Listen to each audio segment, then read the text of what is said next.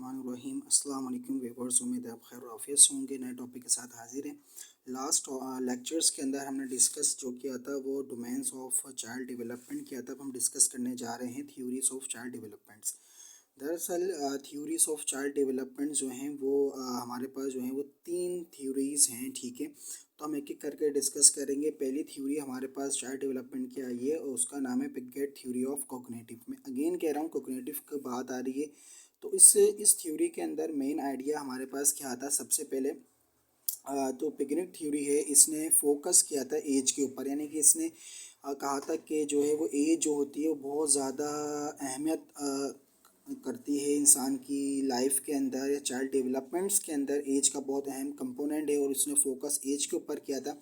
इसने ये कहा था कि जो एक्टिविटीज़ होती है वो इम्पॉर्टेंट नहीं है, एक्टिविटीज़ इम्पॉर्टेंट नहीं है। और इसने क्या करा था, इसी एज पे फोकस करते हुए एज को 4 हिस्सों के अंदर क्या करा था, डिवाइड किया था। अब वो 4 हिस्से क्या हैं वो हम अगले उसमें टॉपिक में डिस्कस करेंगे जब हम इसकी डिटेल्स के अंदर जाएंगे, ठीक है जी। अब सेकंड थ्योरीज हमारे पास आती है वो वी गॉट किसका है, theory of a psycho culture. इसने क्या काम किया था, इसने इसका जो फोकस था वो था थिंकिंग डेवलपमेंट के ऊपर इसका फोकस था। और इसने ये कहा था कि जो बच्चे की जो थिंकिंग होती है वो डिपेंड करती है अदर पर्सन के ऊपर।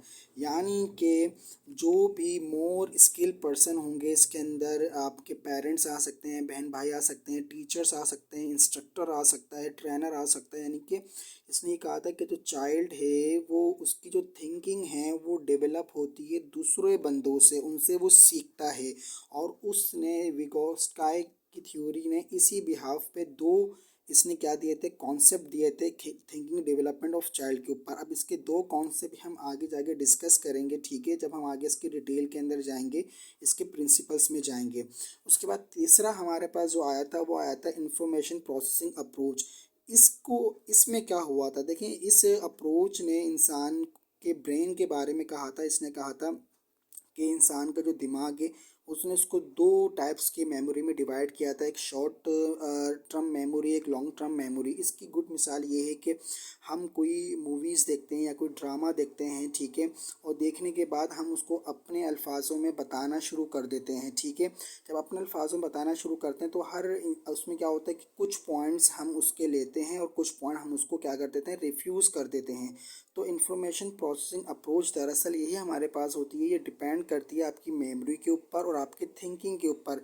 आसान वर्डिंग में अगर मैं कहना चाहूँ तो इंफॉर्मेशन प्रोसेसिंग अप्रोच जो है वो दरअसल आपकी जो है वो पिंजिंग थ्योरी और वेगोस्काई थ्योरी का कम्बिनेशन ही है। कि इसके अंदर बच्चा क्या करता है, क्रिटिकल थिंकिंग डेवलप करता है, सोचता है, ऑब्जर्वेशन करता है, एनालिसिस करता है।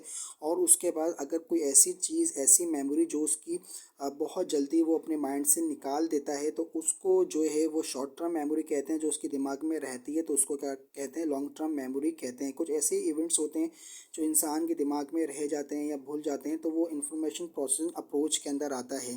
तो ये अप्रोच जो है वो एक्चुअली जो है वो क्या है, बेसिकली ये क्या है, ब्रेन की एक्टिव पने के ऊपर, ये जो है ह्यूमन ब्रेन के एक्टिव के ऊपर है, ठीक है। और हम ये अक्सर कहते हैं कि जो छोटे बच्चे होते हैं उनकी जो मेमोरी होती है वो काफ़ी स्ट्रॉन्ग होती है। तो ये तीन अप्रोचेस थी, थ्योरीज थी चाइल्ड डेवलपमेंट की। इसकी डिटेल हम इंशाल्लाह अगले टॉपिक में डिटेल के अंदर इसके स्टेट्स के बारे में पढ़ेंगे। अस्सलाम वालेकुम।